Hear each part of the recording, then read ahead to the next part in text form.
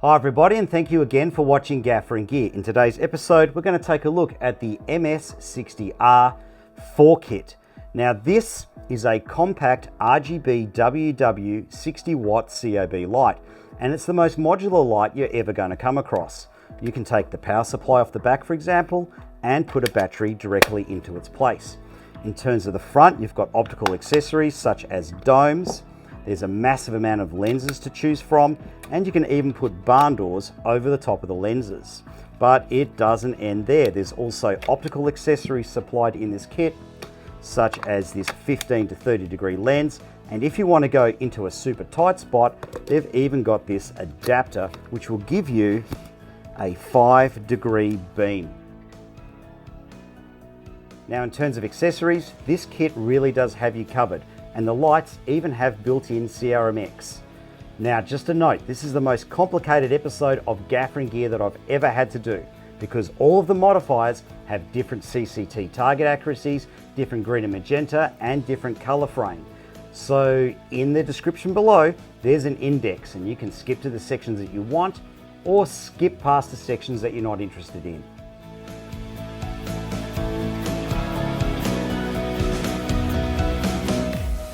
Let's start off this episode by taking a look at something that's not going to be in this review, and that is the projection mount that's available for these lights. So I've got two of these. I'm not going to include them in this review because I genuinely think that these things deserve their own review, but also they're not part of this kit. I don't want to get people confused, and also this episode goes very long as it is. But check this out. I'll just give you a sneak preview. Have a look at the optics on this. It is superb. Like, I can't see any chromatic aberration on there at all. And look at this, the barrel rotates. How cool is that? But in terms of a possible negative for this, just to give you a bit of a sneak preview of the next episode, you can get a 50-degree lens. How cool is that? You can get a 36-degree lens, but as far as I know, you can't get anything tighter than 36 degrees, which is a bit of a disappointment. All right, so let's get into the review for this kit now. And we'll start off with the usual disclaimer. Godox are not paying me any money for this review, but they did send me all of this equipment and I do get to keep it. So technically that is payment in goods, and in some way that could possibly affect my opinion. Now, normally at this point in a review, I go through the pros and the cons, but because there is so much equipment in this kit, so many bits and pieces, those pros and cons won't have any perspective to them, because you won't know at that point in the review what the individual things do or how they work. All right, so what I'm going to do instead, I'm going to go through cost and what you get. I'm going to go through all the individual items and at the same time go over the pros and cons as I see them. All right, so this kit sells for about $2,500 US and about 3,800 Australian dollars, and that represents really astonishing value. You know, it's amazing what you get in this kit. So first off, it comes in these two cases, and the two cases are custom cut to fit your investment. So even though there's a heap of stuff in these kits, it's very well organized, easy to find everything, and the equipment is well protected. All right, so let's start going through the kit, and I'm going to start off with an item that raises a big red flag for me with this kit, and that is the power cables that were supplied. So it came with 4 of these IEC cables. So my concern with this cable is it's single insulated. And under Australian electrical safety codes, an AC power extension lead needs to be double insulated, like the one that is photographed here. Now, I'm not suggesting that this cable is illegal in the region that you live in, but it is illegal in mine. If it looks like this, a single cable, then it's double insulated. That means that the internal conductors are individually insulated. And then there's an external sheath over the top of those, which protects the internal insulation from any damage. So if that cable was to get damaged, there's a very high probability that the backup insulation underneath will protect you from any electrical hazards. Now, if your power cable looks like it's made up of multiple cables stuck together like this one, then that is single insulated. And as you can see from where I've cut this cable, there's no backup insulation protecting you from any cable damage. So if this cable was to get damaged, there's a high probability that that would expose the conductors. And that's where Mr. Shocky lives. Now again, this cable might be perfectly legal where you live, and it wouldn't surprise me at all if your local distributor threw these cables in the bin and replaced them with their own cables. After all, some of the local distributors here have mountains of IEC power cables just for this situation. Now, one of the big pros for this kit is just how modular it is. It's like a Swiss Army knife had a baby with Lego. Now, to give you an idea of just how modular this is, let's just take a look first off at one of the lights as it comes out of the kit. So the first thing we'll talk about is the stand mount, which is removable. So once you remove this stand mount, you've got a really small light that you can literally hand hold. It's about the size of a can of Coke or a can of soft drink. Now, in terms of the stand mount, this is where a lot of small lights usually fall apart. These are usually really pathetic. But this is made of die-cast metal, and a lot of the moving parts are brass, so they're self-lubricating. You've also got an umbrella mount, and even though it's really tiny, you've got a nice big handle here that you can really get some purchase on if you're trying to lock it down. Now, when you remove this from the light, it exposes a thread point at which you can mount to. Now, if you've got a heavier accessory like the projection mount, you can move the stand mount from the light to the projection mount to get your center of gravity, and you don't have a stirrup that's not in use getting in the way. Now let's continue through the modularity of what we've got here. This isn't just the light. So on the front here, we've got the lens reflector. So this is the equivalent of having a dish or a reflector with your other lights. So this gives you the maximum amount of light output for the form factor for this size. We'll get back to this in more detail in a sec. We've got our light, of course, in the center, but check this out for cool. On the back, we've got a removable power supply. So we can take the power supply off and put a battery onto the back. Now, if you put the battery onto the back, you've got a very small unit that's about the size of a Coke can, all right? And that's ready to go. Now, in terms of the battery life, what I have found is if you're running the light at full power, it will tell you on the display here that you get 60 minutes, but you actually get about 50. So just take 10 minutes off the runtime and you should be safe. Now, there are 8 batteries supplied in this kit. Now, in terms of charging these batteries, if you use the battery charging option that's supplied in this kit, it's going to take you about 2 hours and 20 minutes to charge a battery from completely flat. Now let's get back to talking about the modularity of the back. Not only can you put a battery on and the power supply unit, but you can also get a Sony MPF battery option as well as an optional extra. And supplied in this kit too, you also get some Edison connectors. So you can mount this into an Edison socket. Now the power supply does meet all the international regulations, but as a negative for the power supply, it has the lowest power factor unity scores of any light that I've ever tested. So is that a problem? Well, it depends how many lights you're trying to run and how much power you've got pushing them. All right, so in terms of running this off house power, which is what it's designed to do in all fairness, it wouldn't be a problem unless you were trying to run, say, 100 of these off house power. Then you'd get some issues. If you were looking to run, say, 20 of these off a 2 kVA generator or a 2000 watt battery system, then you would definitely get some issues. If you were looking to run this 4 kit off the smallest EcoFlow that you could get, that would be borderline. And if you were looking to run one of these off, say, the Tether Tools inverter, you would definitely fry the electronics in this. Now let's take a look at the options on the front of the light. So let's take off the lens reflector to start with. And we've got a very small COB array, which is RGBWW. This small COB array gives us very sharp shadows and quite a bit of spread. Now, just a few negatives to note. This isn't as bright as you would anticipate a 60 watt light being. To give you something to compare it to, if we had a Forza 60C with no modifier attached, that comes in at 3.4 times brighter than this. So that is quite a substantial difference in brightness. So if you're using this with modifiers directly over the top, or soft boxes or lanterns or things like that, it might not be as bright as you're anticipating. Now, the next thing to note with this is there is a bit of color fraying towards the edge of the beam. So the reason I'm pointing that out is if you've got a modifier that mixes everything together, that color fraying on the edge of the beam gets mixed in with your center values. So that changes your CCT and your green and magenta white point. So for example, if you dial in 3200 Kelvin and you're using a modifier over the top of the raw COB, you're probably going to get something like 3000 or 3050 Kelvin. If you dial in 5600 Kelvin and you're going through a modifier like this, you're going to get something like 4900 Kelvin. On the front of the light, you've got a mini Bowens mount, so that's for your larger, heavier accessories to mount onto the light. Now you can also put onto the front a magnetic attachment. This comes in handy for our smaller diffusers. We can also put our barn doors on and our lenses. So we've got a load of lenses that shape the light, and we can put the barn doors over the top of the lenses. Now the lens reflector mounts into the mini Bowen mount, and this is also magnetic. So you can put your barn doors on the front, you can put some other modifiers on the front, you can put our lenses on the front, and we can put our barn doors over the top of the lenses. Now the lenses in combination with the lens reflector give you the optimum output for the lenses and also the correct beam diameters. But just something to note, you do not increase the light level by putting reflectors over the lens reflector.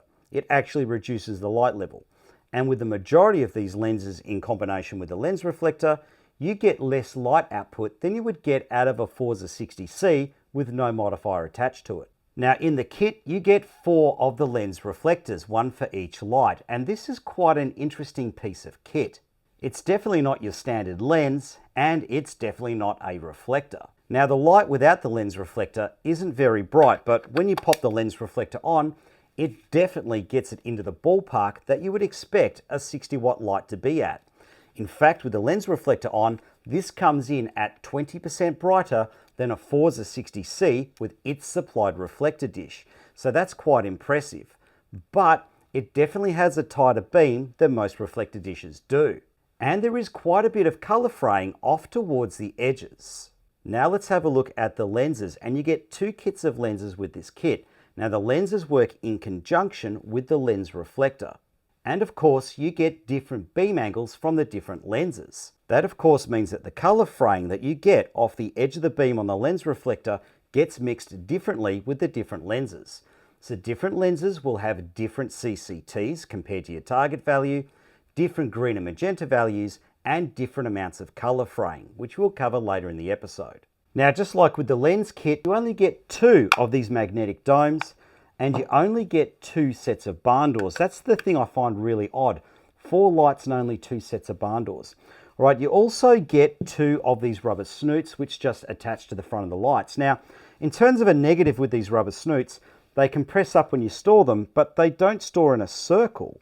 So they do get a little bit out of shape. Now, with the rubber snoot here, you can adjust different angles. Now, I'm not 100% certain that this is a design feature that they intended, but I've put it in the review anyway in the testing. I'm about 80% certain that you're not meant to do that. It's just meant to be used like this. All right, now in terms of one other accessory you get a silicon dome. All right, so the cool thing with this is you can change the shape of it a little bit. So you can have like half a hemisphere like that, and you can tuck the front in. All right, so in their social media campaigns, they've got it being used this far away, and it slightly lights the person differently, but the drop off on the background is very different, and that's a big sort of selling point for this dome. Now for me, I'm not convinced on that as a work case scenario, because in order to see the background, you've got to have a bit of a wide lens, and in order for this to work that well close to the talent, it would have to be in shot. But here's a use case scenario for me. Remember the Edison connector. What a perfect combination. You could get this in your ceiling. It's definitely going to give you more light than, say, a Nix bulb, for example, and give you a bit of a wider spread. But if it starts to get into the top of the shot, you could compact it up like that, okay? You could even compact it a bit more if you need to. The next thing you get in the kit is 2 of these lenses. And for me, these lenses are the biggest missed opportunity by Godox in this kit. So I'll just explain why. So this lens floods from 30 degrees down to 15 degrees. Okay, so optically, it is a fantastic lens. It's as good as any good Fresnel that you're going to get. It has beautiful shadows, it has beautiful distribution of light and color across the beam, and a nice drop off towards the edges. I absolutely love it. All right, so I would give this an 8 out of 10, maybe an 8.5 out of 10, if it had barn doors. It doesn't come with any barn doors. I can't believe that. So the fact that this doesn't come with any barn doors drops it from an 8.5 out of 10 for me down to maybe a 3 out of 10. And what makes this a real shame is it's got 10 out of 10 build quality. Now on the front of this lens, there's some claws. And those claws are for grabbing hold of the acrylic Fresnel accessory. So this doesn't look like a Fresnel, but if you touch it, you can feel Fresnel etching in there. So here's the way to think about this. So with this, just the lens on, you've got your wide zoom. If you pop the acrylic Fresnel onto the front, which is as simple as that, now we've got our medium zoom. And if you pull this out, now you've got your spot zoom, which can go down to 5 degrees. Now I use something like this at night to light my backgrounds and give back edges. Even though it's only 60 watts, it's an amazing amount of firepower in a tight beam. So if you put it a fair distance away and let inverse square law come into effect, it can do a fantastic job on your backgrounds. And bear in mind, this is how small it packs down. Now, just to give you a realistic comparison, if you compare this to the tightest beam angle that's on offer with a Forza 60C, which is their 10-degree projector, the Forza 60C is about 20% brighter. In terms of negatives with this, there's no way to cut or shape the beam. It doesn't have any internal blades. And my concern is the foldable seams don't look like they're going to last a very long time. Continuing through the kit, you get one of each of these soft boxes. So you've got a 1 foot by 1 foot unit here, and you've got a dome. Now they do look like they're made of a pretty good reflective material. And in terms of their assembly, it's a separate speed ring that you have to feed the rods into. Now that might be a negative for some people, but in terms of making a soft box that packs down into one of these compartments, I think they've made the right call. Now they only come with the one flavor of diffusion, which looks to me to be a half grid. And for my liking with the grids, the cells are either too wide or the walls are too small, which means you don't get a great deal of control. Now the last thing in the kit is cabling for charging the battery. So you get this 4-way AC splitter, which is actually double insulated. So the idea behind this is you plug your AC into here, and then at this end, you can plug in each individual power supply. Then you run your USB-C cables from the power supplies to the batteries and charge the batteries that way. Now you do get the impression from their social media posts that you can do this all nice and neatly inside the case by simply plugging everything into the lights. But if the power supply is attached to the light, it won't work as a charger at the same time. Now it's time to talk about this small thing here, the actual light. Right, so you've got your powering options that can go on the back, and you've also got a USB-C port for powering. So I don't have much in the way of USB-C power devices, but when I plugged it into my EcoFlows, the screen came up with 60 watt written on it, so I'm guessing it's PD compliant. Now let's go into the cons that I haven't talked about already with this light. So it is an RGBWW light engine. It's not RGB-ACL, for example, but it does have the CCT range of an RGB-ACL light. So how did they achieve this? Well, it's really quite simple. They didn't care about color render scores when you get into your low kelvins. So from 2400 Kelvin upwards, this is actually a pretty good light. I would have no hesitation in using it at all. Now from 2300 Kelvin and below, the color render scores are not fantastic, but the lower you get, the worse they are. In fact, at 1700 Kelvin, this light has the worst color reproduction of any light that I've ever reviewed. And the last possible negative for me is it doesn't have an IP rating, so you can't use it out in the rain. Now let's get into the pros, and I'm going to start off with a pro that I don't think anyone else is going to mention in a gear review. This has possibly, in its low end, below 10%, the best DMX queuing that I've ever come across. Not only is it incredibly smooth, but it's also very responsive. Now, in order for the DMX to work that good below 10%, you need to have this in its low end mode. So you've got a normal operating mode and a low end mode. So the low end mode is designed to give you better color rendition and better dimming capability below 10%. So why not just use this in its low end mode all the time? Well, as you can see here, the frequency is very low. That means if you start playing around with your frame rates or shutter speeds, you might get some flicker out of it if it remains in the low end mode. Also, when you have this thing running at high intensity in the low end mode, it does resonate and make some noise, so that's not a good thing at all. Now, if you're operating this over DMX, you can toggle between the low end mode and the standard mode in your DMX profiling. This light also has some very professional and mature options in its menu. You can select your dimmer curves, your smoothing, and even the color space at which the light operates. And of course the big pro for me, built-in CRMX. You've got all the color modes that you'd expect, such as CCT, HSI, gel, RGBWW, XY, and effects. Now when you go into the gels mode, you can select the type of gel you're using, Roscoe or Lee. Then you can actually adjust the color hue and the saturation to suit. In the CCT mode, you can adjust your brightness in 0.1% increments. You can adjust your CCT in 100 Kelvin increments. And you've also got green and magenta correction. Jumping ahead into the DMX menu, you've got 18 DMX profiles that you can select from. But as a big negative, its crossover profiles such as CCT HSI and CCT RGB are only in 8-bit. And for those people who are really fussy, you can even assign a fixture number. Let's take a look at the light with no modifiers attached. And as you would expect, it has a massive spread, typical of many COB lights. There is definitely some noticeable color fraying towards the edge of the beam when set to 5600 Kelvin. In the lowest CCTs, it is still there, but it's not as obvious. And if the color fraying is there in the color modes, I can't see it.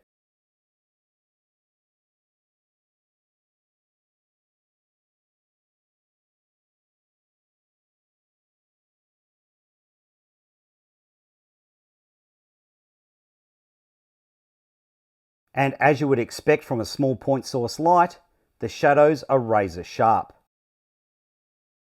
Now let's take a look at the barn doors by themselves with no other optical modifier beneath them. Set to 5600 Kelvin, there is definitely some color fraying on the edge of the cuts, but I don't know if anyone would notice it as a background element.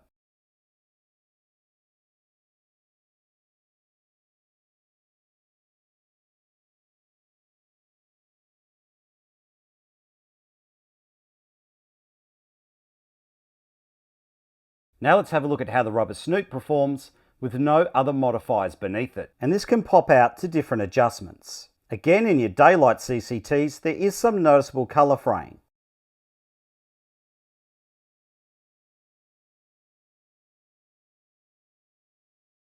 And when you tighten up the snoot, because it's made of silicon, it doesn't necessarily make a perfect circle.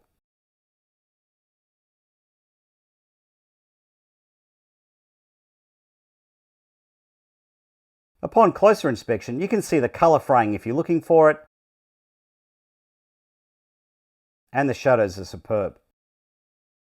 Now let's take a look with the supplied lens reflector, and this gives us 7 times more light than we got without a modifier attached. It's really tightened up the beam angle, and the color fraying is way more obvious towards the edge of the beam now. In the warmer CCTs, I can definitely see some color skewing towards green towards the edge of the beam. But once again in the color modes, it seems perfectly fine.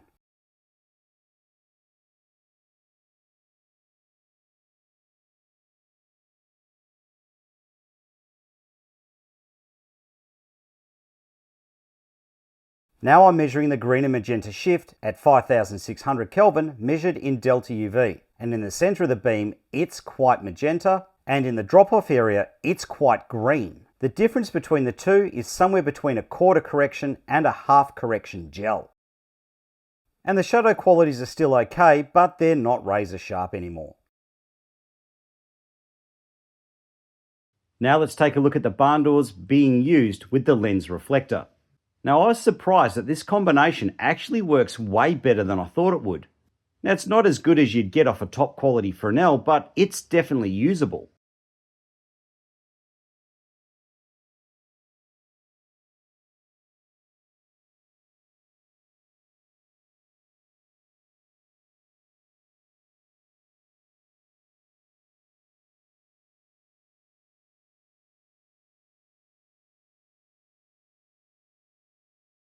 Now let's take a look at the rubber snoot in conjunction with the lens reflector, and I'm using it in its wider configuration to start. Now this pretty much does what I expect it to do, and as you can see, the color fraying is there.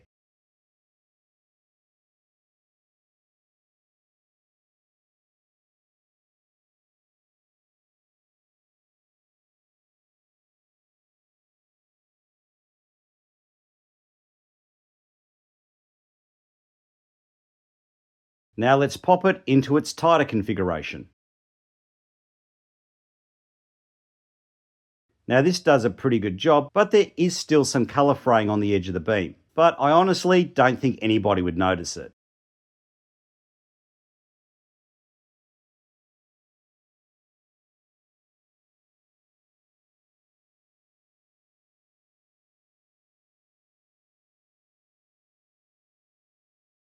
All right, let's talk about the lenses, and I just want to go over something that I found in my testing, which I think is quite significant and really shows a good use case for these lenses.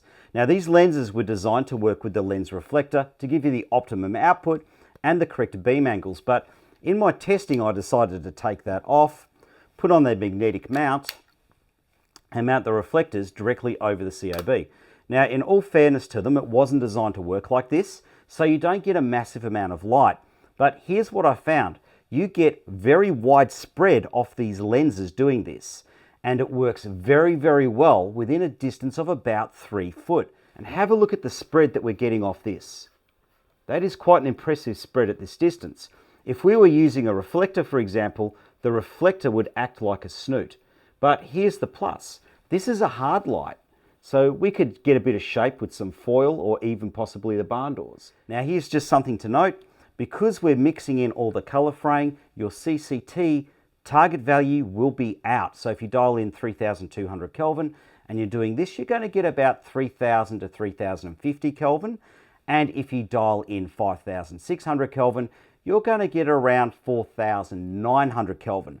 If you want to get 5600 Kelvin, dial in 6500. Let's start off this section with a quick overview of the brightness. So I've got the light with no modifier attached, and I've also got the brightness readings for the lenses that work well with no modifier attached underneath. And as you can see, none of the lenses increase the brightness that's coming out of the light. Let's start off with the AK-D60. Now this has done a good job of mixing everything together and getting rid of the color fraying. But as I've pointed out earlier, that does have an effect on the CCT. Now just something to note here is I'm doing these tests less than 1 meter away from the wall. So it gives you some idea of how versatile these lenses are working in close range.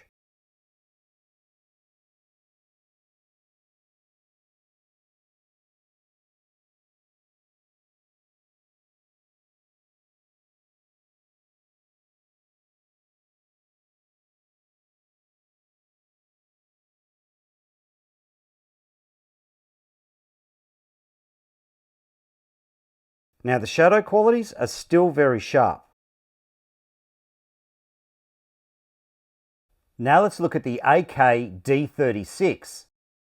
And in this use case scenario, it's definitely wider than 36 degrees. As you can see, there is a little bit of CCT difference towards the very edge of the beam, but nothing that would have me concerned if I was using it. And again, I'm standing within 1 meter away from the wall, just to show that these lenses would really hero in tight spaces.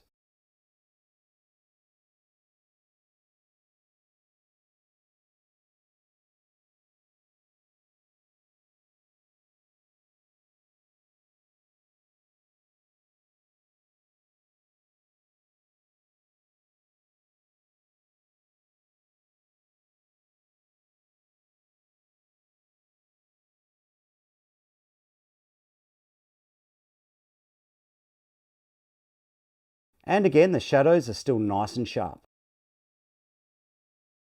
Now let's take a look at the AK-D25.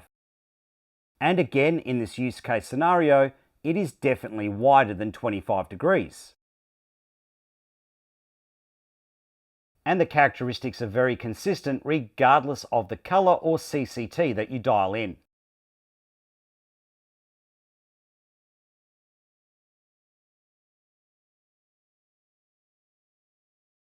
And again, I'm standing within 1 meter away from the wall, just to show that these lenses would really hero in tight spaces.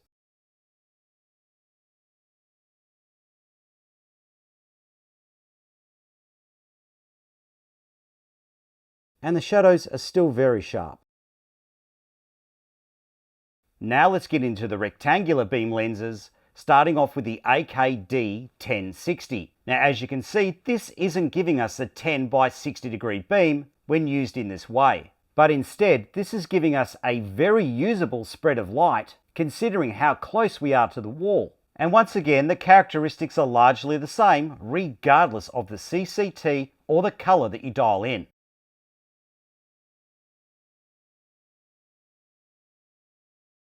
Now the shadows are still very crisp. Now as you rotate the lens, the shadow qualities can change.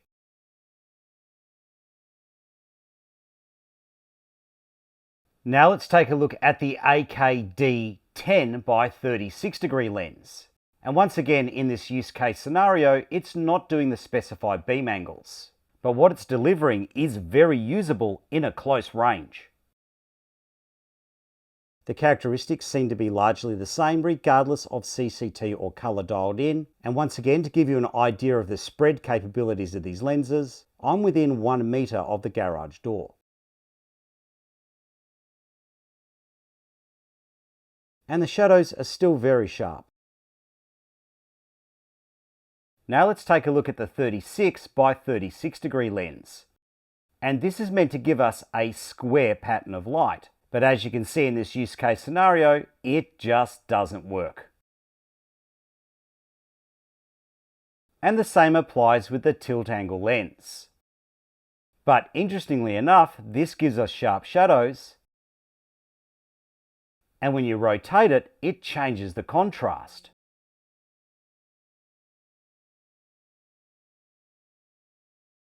Now let's take a look at the different lenses in combination with the lens reflector.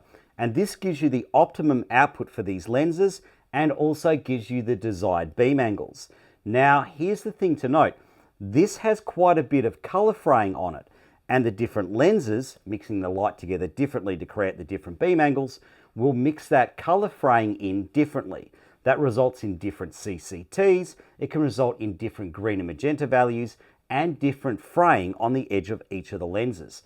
So to help you out with that, I've taken some additional readings at the end. So the top figure is the CCT or your Kelvin, and the bottom figure is the delta UV reading. The delta UV measures your green and magenta shift. If it's a minus figure, it's magenta. If it's a plus figure, it's green. Now to give you some idea of the scaling, 30, which is 0.0030, is the equivalent of about a 1/8 correction gel. Now I'm going to start this section off with a list of the brightness of each reflector combination at a distance of 3 meters with the light set to 5600 Kelvin. Now I've also included the lens reflector by itself with no lens on, so you can see how much light reduction you get adding a lens to the front. And to give you some realistic idea of how bright these combinations are, I've also included a Forza 60C with no modifier attached to give you some sort of reference. Let's start off by taking a look at the AKD60 lens in conjunction with the lens reflector. This gives us a 60-degree beam, which has a very even distribution of color and no color fraying, regardless of the CCT or color that you dial in.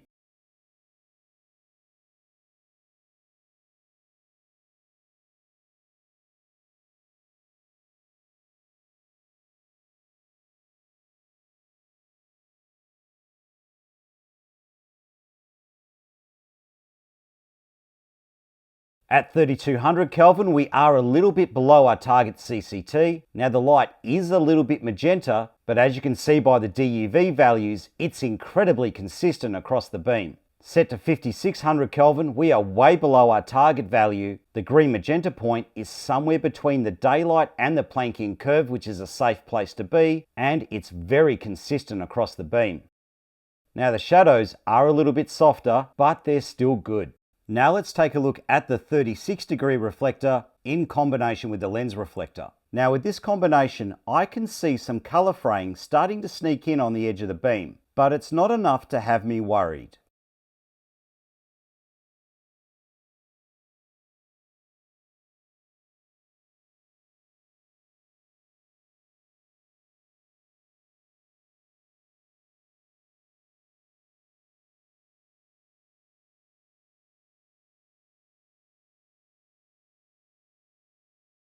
At 3200 Kelvin, the CCT is more accurate towards the edge of the beam, and we've got some slight green color fraying towards the edges. which would barely be perceivable. Set to 5600 Kelvin, we are definitely under the target value, and we've got some green hue on the edge of the beam to roughly the equivalent of 1/2 of a 1/8 correction gel. And the shadows are on par with what you'd get out of a good Fresnel. Now let's take a look at the 25-degree lens in combination with the lens reflector. Now in the white light modes, I can see a little bit of color fraying here, but I think you'd have to be really critical to pick on it. And that color fraying doesn't seem to be there in the color modes.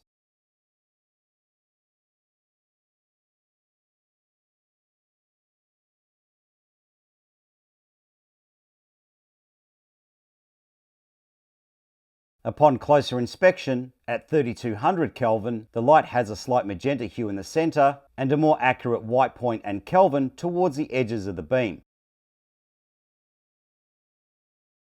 Set to 5600 Kelvin, we are once again below the target CCT, and we've got some green color fraying to roughly the equivalent of a 1/8 correction gel. And with this lens, the shadows are a bit softer.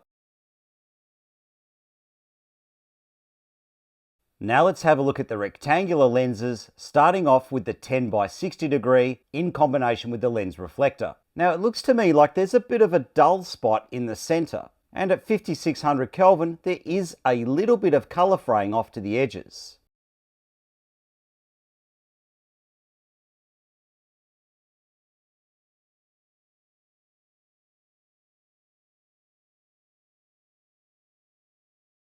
At 3200 Kelvin, if there's color fraying, it's not as obvious. And I definitely can't see any color fraying in the color modes.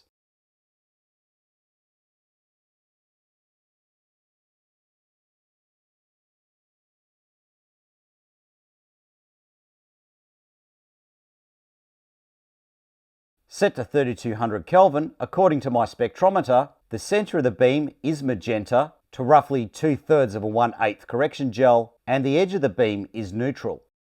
Set to 5600, there is definitely some color fraying off to the edge of the beam to about the equivalent of a 1/8 correction gel, as well as a decrease of about 300 Kelvin. Used in conjunction with the lens reflector, the shadows don't change when you rotate the beam. And there is a little bit of subtle double shadowing, typical of what you'd get from a Fresnel. Now let's take a look at the 10 degree by 36 degree lens in combination with the lens reflector. And we've definitely got a tighter beam. Now in terms of color fraying, this looks pretty much identical to the previous lens. There's definitely some color fraying there in the white light mode, but there's none in the color modes.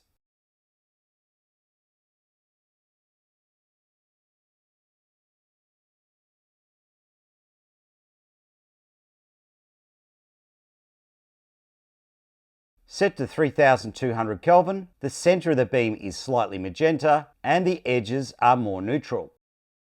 And set to 5600 Kelvin, just like with the previous lens, we have green hue towards the edge of the beam to roughly the equivalent of a 1/8 correction gel and a 300 Kelvin drop in our CCT. Compared to the previous lens, the shadows are a little bit softer, but they're still very good.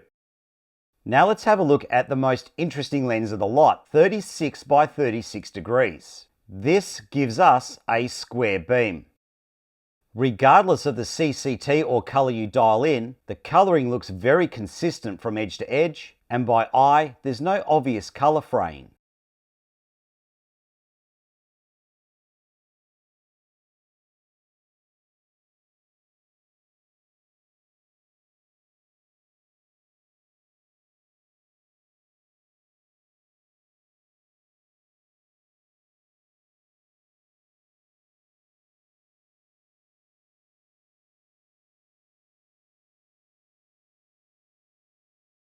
At 3200 Kelvin, you can see we've got very consistent Kelvin and color hue.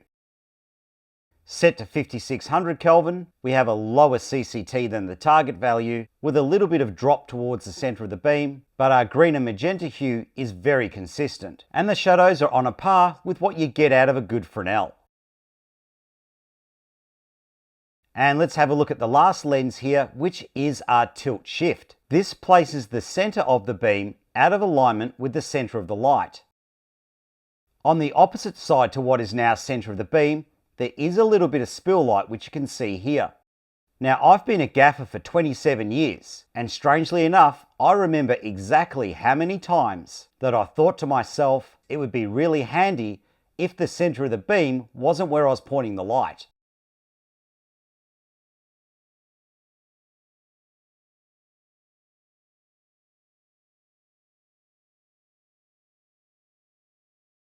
Set to 3200 Kelvin, it's a similar story again.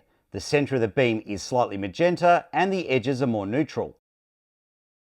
And at 5600 Kelvin, we've got some green hue towards the edge to about the equivalent of a 1/8 correction gel, as well as a drop-in CCT. And the shadows are definitely not as sharp as with the other lenses.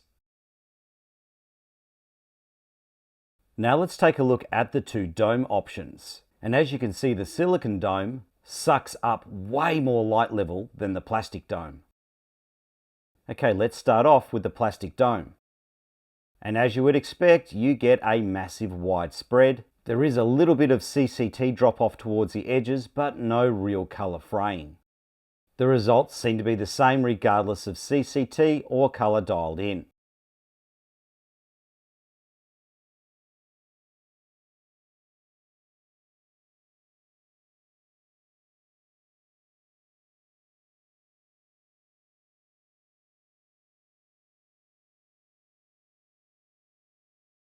Now, being a dome, it does give you a massive spread, but from the front, it's still a relatively small light source, giving you reasonable shadows. Now let's take a look at the pop-out silicon dome, which is a way larger source than the plastic dome.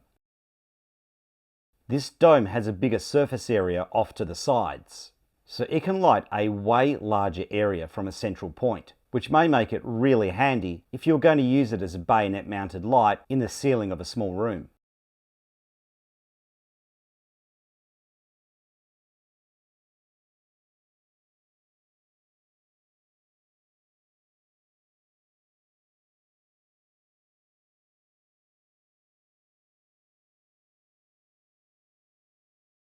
And because it's a bigger light source than the other dome, the shadows are softer. Let's take a look now at what I'm going to call the spot optics. So that's the little zoomer here, which goes 30 degrees to 15 degrees. And we're also going to take a look at the silicon pop-out lens. All right, so I just want to explain the terminology that I'm using first. All right, so in terms of the little spot lens here, it's pretty obvious what flood and spot is. So this is compacted up, that's obviously our flood. Expanded out, that's our zoom. So again, 30 to 15 degrees, that's pretty straightforward. All right, now I'm going to add this lens onto it, which is a big acrylic Fresnel. So this can operate in two positions, compacted like this or expanded. Okay, so in its compacted position, it gives you a slightly tighter beam. And you can adjust the zoom by using the back lens here that was already on, okay? So that's pretty obvious, all right? You expand it, it spots, you contract it, it floods. But here's where things can get confusing. If I expand out the front lens, now the optics here are backwards, okay? If I expand this out, it actually floods, and if I contract it, it actually spots. So the flood and spot is different from this position to that position.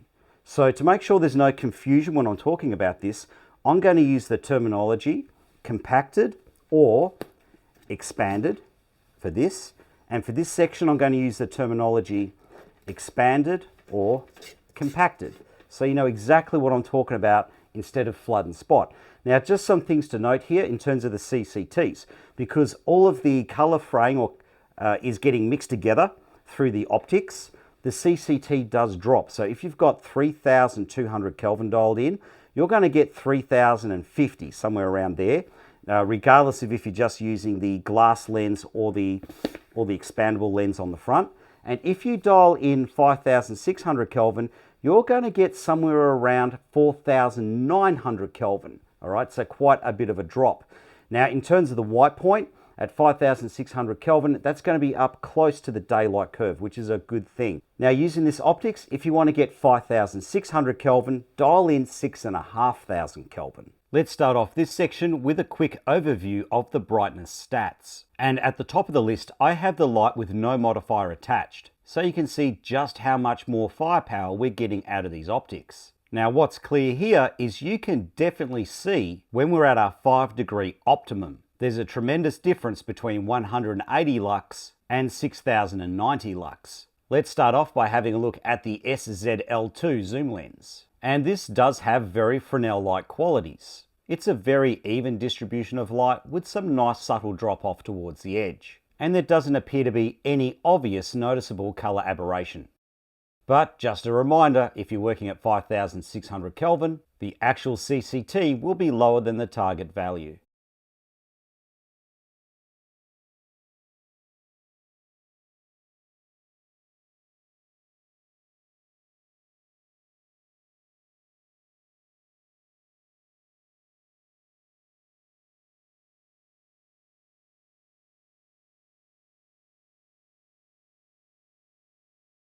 Now let's spot it up and see how it performs.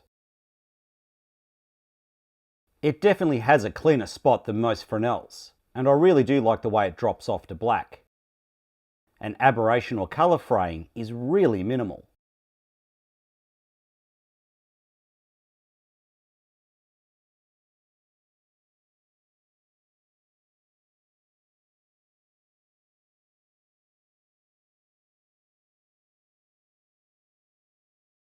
At 3 meters in flood, it does have that soft double shadowing that you'd get off a Fresnel.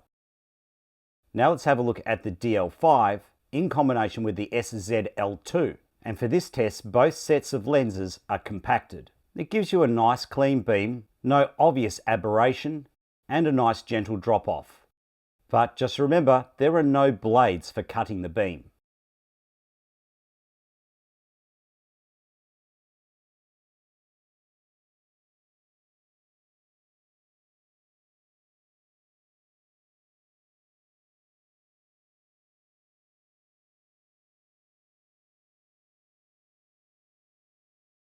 Upon close inspection, you can see the edge of the beam is really clear, and I have to admit the shadows are better quality than I expected them to be.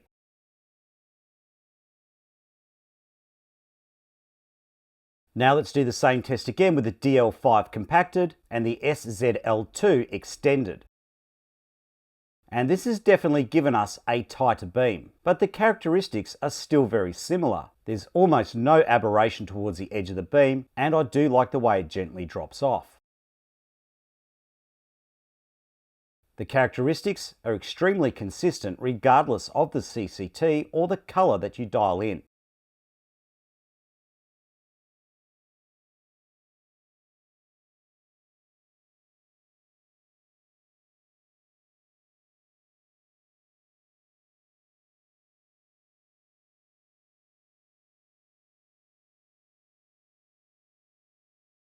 Upon close inspection, you can see there really is minimal aberration, and once again I am surprised at the quality of the shadows.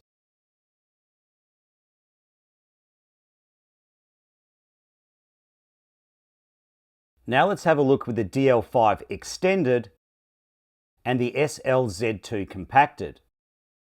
Now remember, with the glass zoom lens compacted and the DL5 zoom mount extended, we're actually in full spot. This gives us our maximum output and our tightest beam. Now to give you some idea of what this is actually doing, I decided to do this test with a 300 watt COB bouncing off the ceiling to give us plenty of ambience. Otherwise this was just a bright dot moving around a very dark space on the screen. This is quite an impressive amount of output for a 60 watt light. And to be fair, I'm doing the test again, but this time with the ambient light turned off in the room. And once again, you can see there's minimal aberration off towards the edge of the beam.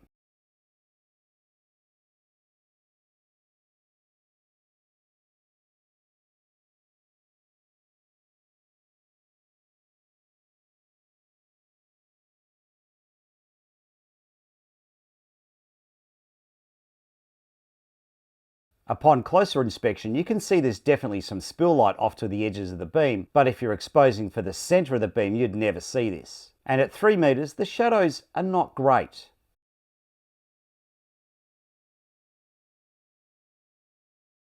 But let's be fair now and have a look at the shadows at a distance of 12 meters. Now just note, it is an overcast day here in Melbourne, so on a sunny day this probably wouldn't play at all, but at 12 meters the shadows are razor sharp.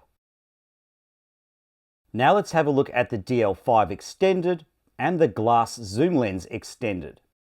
Now we have dramatically less light level in this combination, but the beam is slightly wider. If I had to take a guess, I would say it's about 10 degrees. And again, to give you some realistic idea of what it's doing, I'm doing this test with quite a lot of ambient light in the room. The color distribution seems pretty even regardless of CCT or color dialed in.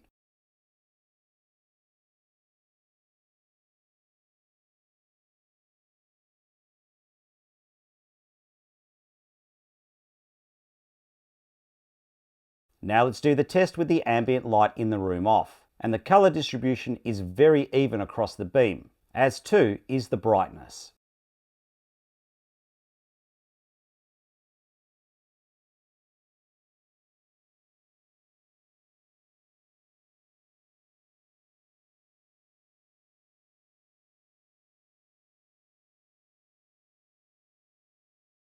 Again, you've definitely got spill light off towards the edges, but if you're exposing for the center, I don't think you'd see it. And the shadows are better than I thought they'd be.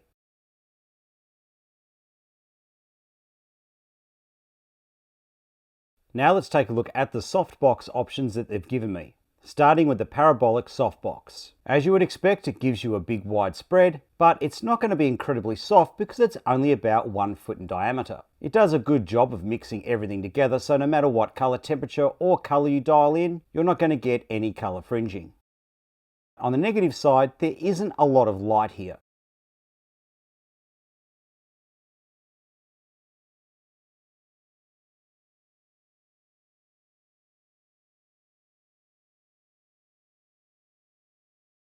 Now let's have a look with the grid on and off, and pretty much all the grid does is reduce the brightness level.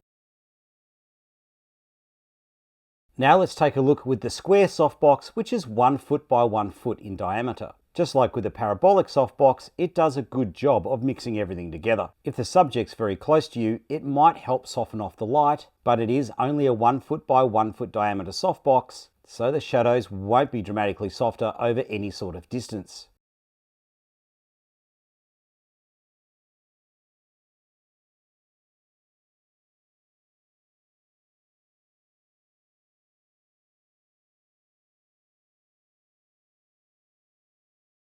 And just like with the parabolic softbox, the grid doesn't do a huge amount for controlling the light angle.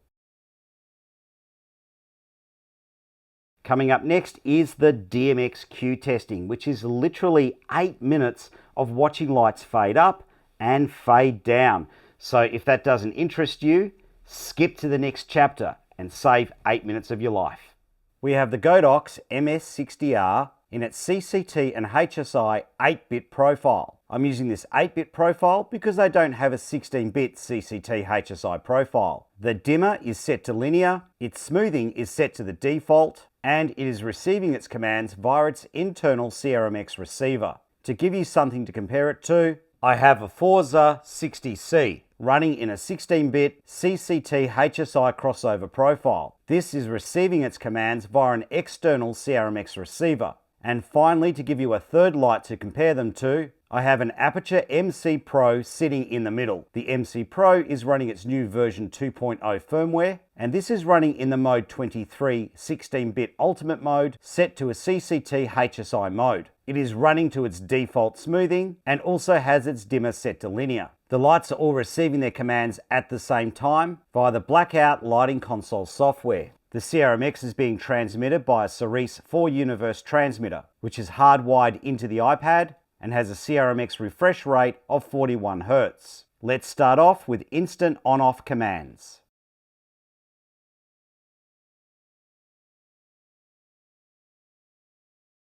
Now let's do some half-second cues.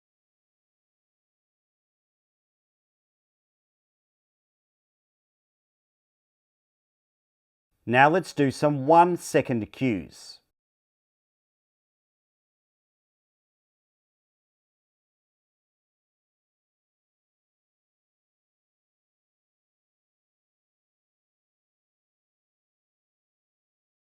Now some 2.5-second cues.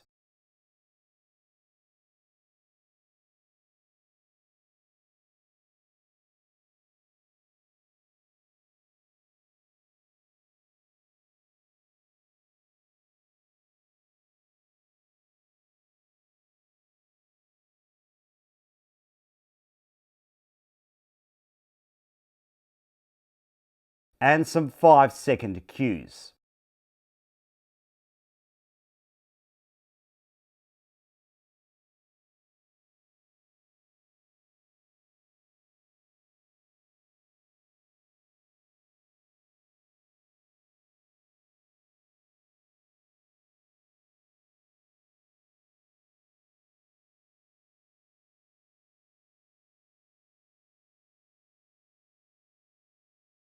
Now let's have a look at some CCT changeovers between 5600 Kelvin and 3200 Kelvin, starting with instant changeovers.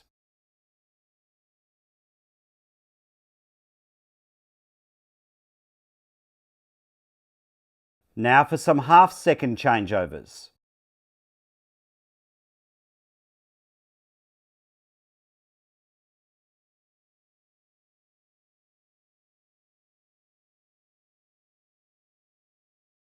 Now for some 1-second changeovers.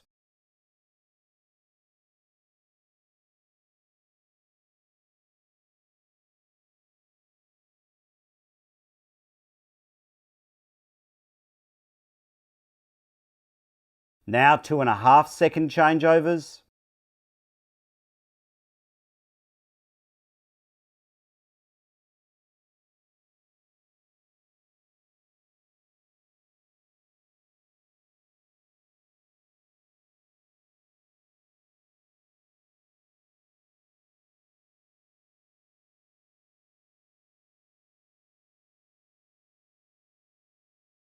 And some 5-second changeovers.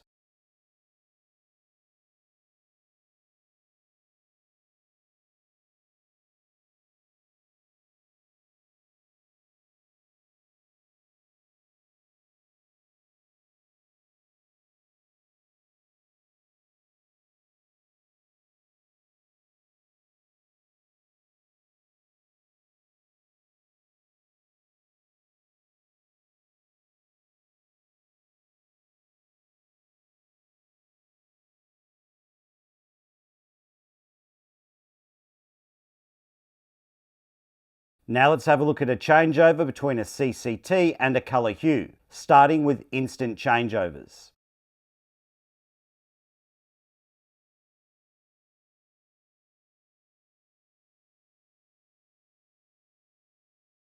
Now some half-second changeovers.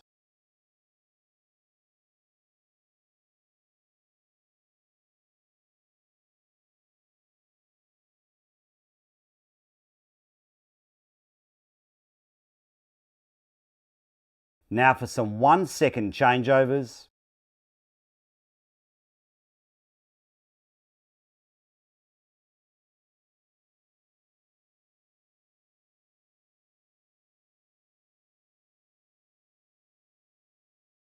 Now for some 2.5-second changeovers.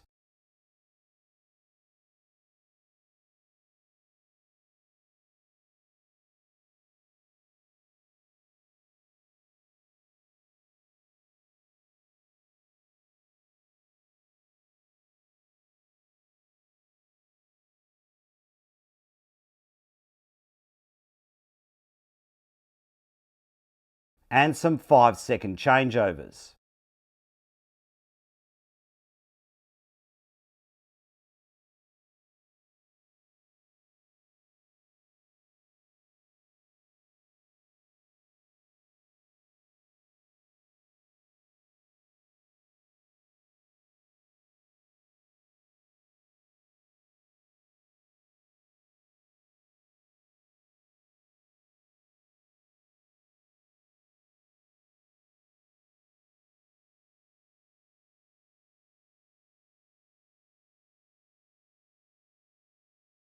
Now let's set the Godox to the low end mode and do our Q testing with a maximum brightness of only 10%, starting off with some half-second Qs.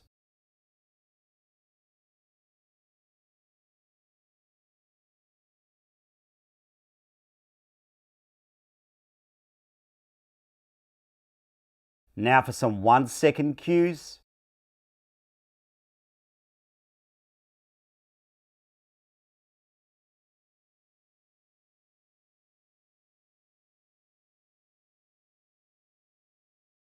Some 2.5-second Qs.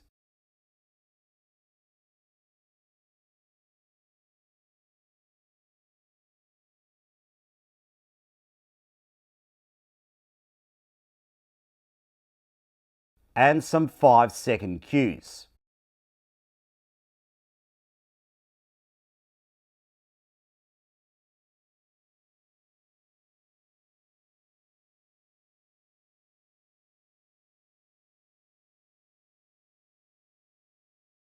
Alright, so here I'm just playing the fire effect in the background just to try and keep the episode a little bit less boring. Now for me, the fire effect, the pattern does have a little bit too much repetition. After a while, it's very easy to guess what the next step is going to be.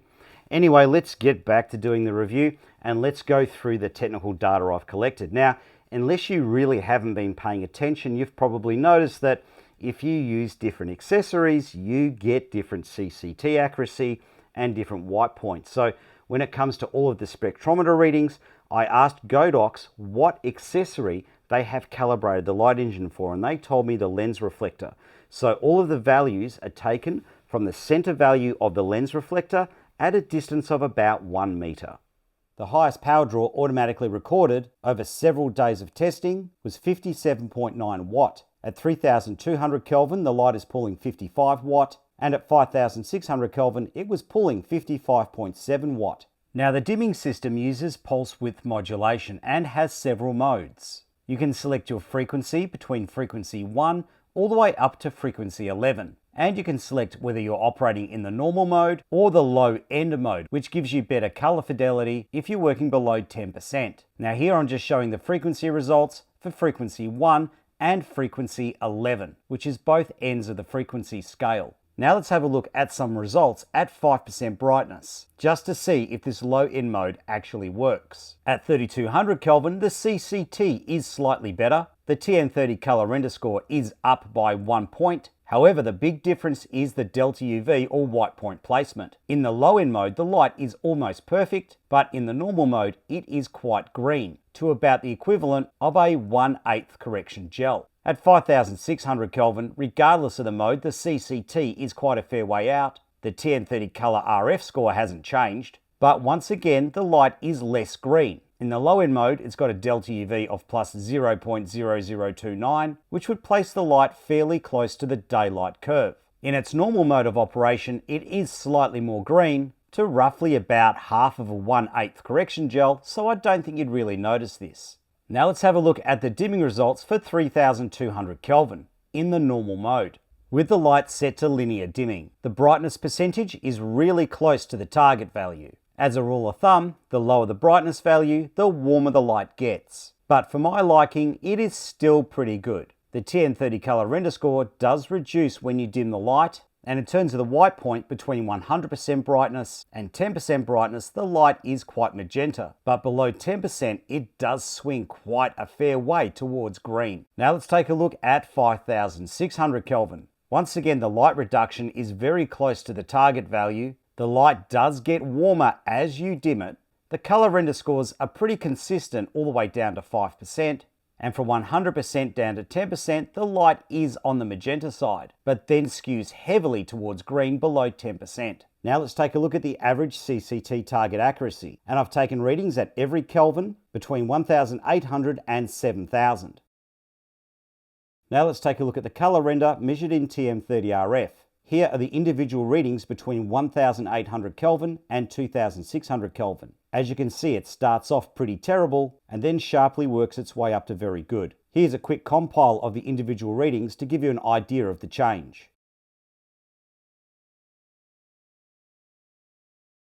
From 2700 Kelvin to 3900 Kelvin, it has a score of 93. From 4000 Kelvin to 5800 Kelvin, it scores 92. And from 5900 Kelvin to 7000 Kelvin, where I stopped taking individual readings, it scored a 91. Now let's take a look at the white point placement or green and magenta shift measured in delta UV. Between 1800 Kelvin to 2200 Kelvin, it's tracking very close to the Planckian curve with an average delta UV of minus 0.0008. From 2300 Kelvin to 6000 Kelvin, it then deliberately tracks below the Planckian curve. This is done intentionally because Godox believes that having a slight magenta tint gives you better skin tones. But just take a note here, if you're working in the daylight kelvins and you're using a camera that tracks to the daylight curve, the light will be magenta, closer to a 1/4 correction gel than a 1/8. Now from 6100 Kelvin to 7000 Kelvin, I haven't given an average because the light slowly deviates back up to the Planckian curve. Here are some of the results for higher kelvins between 7500 and 10,000 taken in 500 Kelvin increments. Now let's take a closer look at some of the kelvins, starting off with the lowest CCT that we can dial in. And just a reminder that all of these readings are taken from the center value of the lens reflector at about a distance of 1 meter.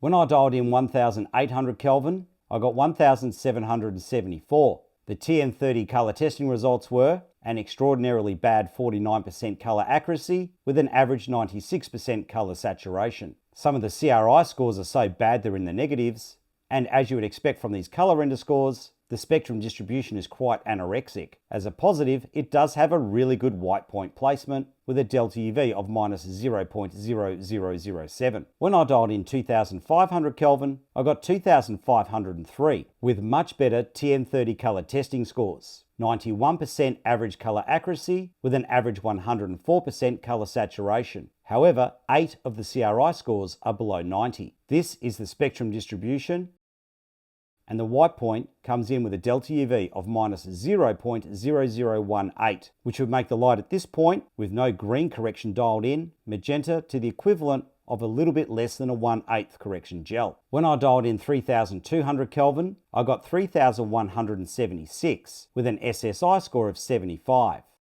With the TN30 color testing scores, we got a 93% average color accuracy with an average 103% color saturation. With the CRI scores, R4, R6, R11 and R12 are all below 90. This is the spectrum distribution, and the white point came in with a delta UV of minus 0.0025, which would make the light at this point slightly magenta to close to the equivalent of a 1/8 correction gel. When I dialed in 4400 Kelvin, I got 4342. The TN30 color testing results were 92% average color accuracy with an average 103% color saturation. With the CRI scores, R11 and R12 are below 90. This is the spectrum distribution, and once again, the white point is deliberately tracking towards magenta with a delta UV of minus 0.0026. When I dialed in 5600 Kelvin, I got 5541 with an SSI score of 76. The TN30 color testing results were 92% average color accuracy with an average 103% color saturation. With the CRI scores, R11 and R12 were below 90. This is the spectrum distribution, and the white point came in with a delta UV of minus 0.0018, which would make the light at this point magenta without any green correction dialed in to somewhere close to half of a 1/8 correction gel if your camera's working to the Planckian or blackbody curve. However, if you work into the daylight curve, this light will appear to be magenta to somewhere between the equivalent of a 1/8 and a 1/4 correction gel. When I dialed in the top Kelvin of 10,000, I got 10,221. The TN30 color testing results were 89% average color accuracy with a 99% average color saturation. With the CRI scores, R9, R11 and R12 were below 90. This is the spectrum distribution, and the white point came in with a delta UV of plus 0.0038.